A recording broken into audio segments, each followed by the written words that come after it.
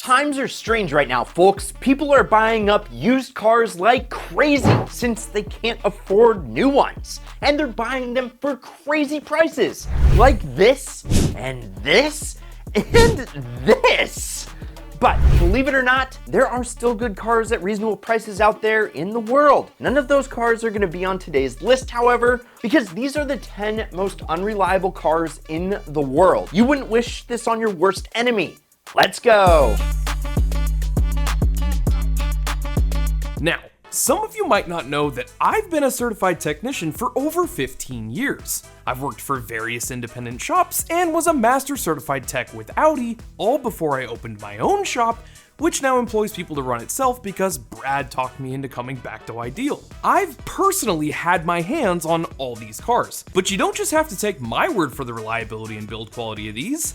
It's not like a bunch of my customers did either, and they ended up helping pay my mortgage when they went ahead and bought one of these cars anyway.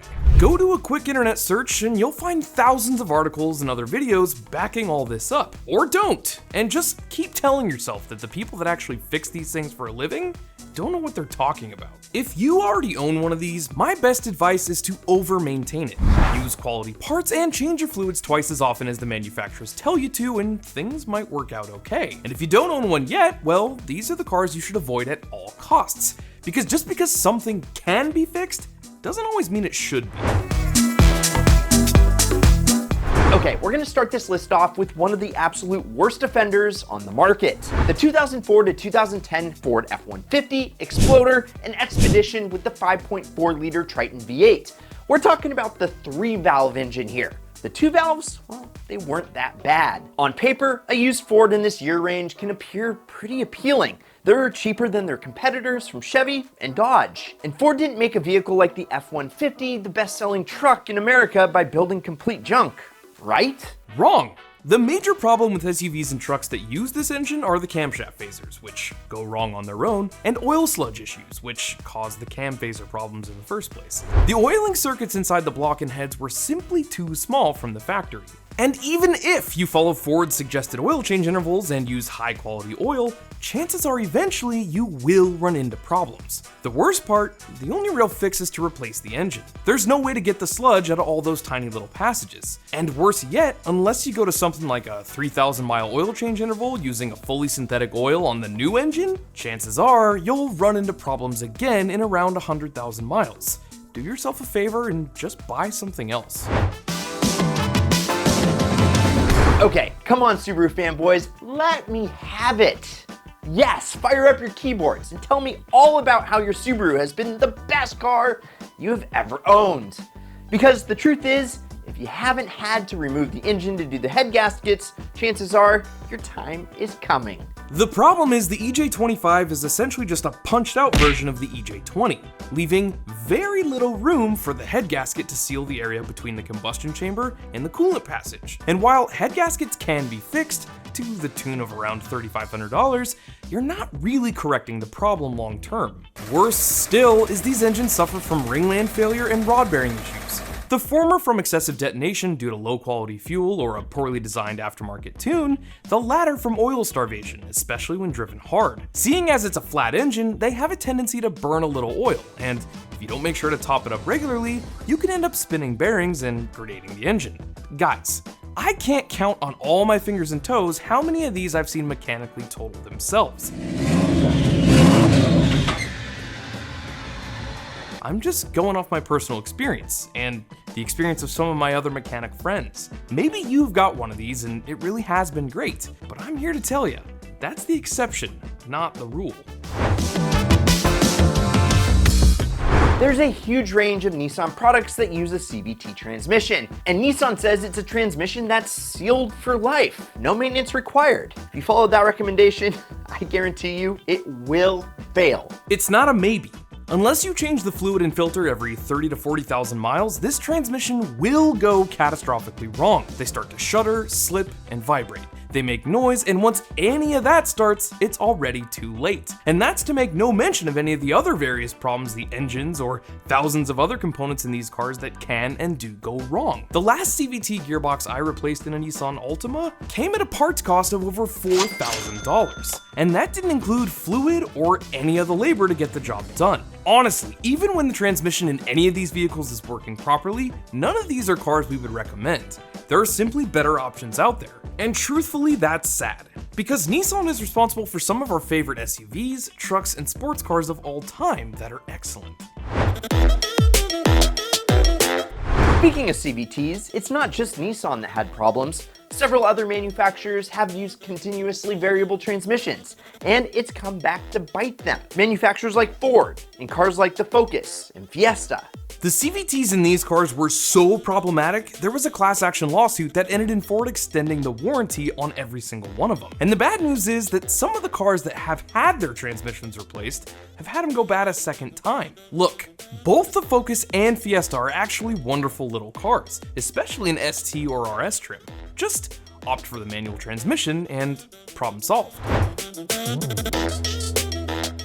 Where do we even start with this one? I know these are cheap, uninspiring cars to start out with, but if you just need a set of wheels, you might be tempted by the price, but please don't. Engine failure is so common, there aren't even replacements available on the market. From major internal engine problems like the problems with the rings, bearings, timing chains, to the biggest offender, the turbocharger that has a habit of spontaneously rapidly self-destructing. This is a platform that you'd just be better off skipping altogether, seeing as engine replacement is A, not even an option because you can't get one, and B, the cost of a new engine installed is typically equivalent to the cost of the entire vehicle, coming in at around $6,000. And all that's completely glossing over the reported transmission problems a lot of these cars have had. When it comes to the 1.4 Ecotec powered GMs, just say no. And while we're on hot garbage coming from the brand with the bow tie, GM stuffed this pile into a bunch of different cars, from the Impala to the Equinox, the CTS to the SRX. And you, yes you, should absolutely avoid every single one of them. the biggest problem here is timing chains, which on pretty much every model requires the engine be removed to get them replaced. What happens is the chains wear or stretch, causing poor performance, followed by a rattling noise and a check engine light. And left unchecked, valve hitting piston catastrophic damage. And here's the thing, a huge number of these are owned by people that don't even know what regular maintenance is. There's a reason you can find all these cars for like $5,000 on pretty much any shady used car lot. Because once the chains let go, you could be looking at $6,000 to $7,000 to get your engine replaced. Yikes. Speaking of the 3.6 liter failures that come from the US, we can't touch on the 3.6 Pentastar. This engine has gone in pretty much everything the company makes, and actually for the most part, the majority of them are relatively reliable. But the cylinder heads can crack, oftentimes with no warning. And when and if they do, you're looking at thousands to get it fixed. You might get lucky and never have a problem, but personally, that's a risk I'm not willing to take. Okay, so yeah, maybe you thought about picking up a used Tesla, specifically a Model X. I mean, they've dipped well below 40 grand now, and they have those sick Falcon doors. Maybe you should think again.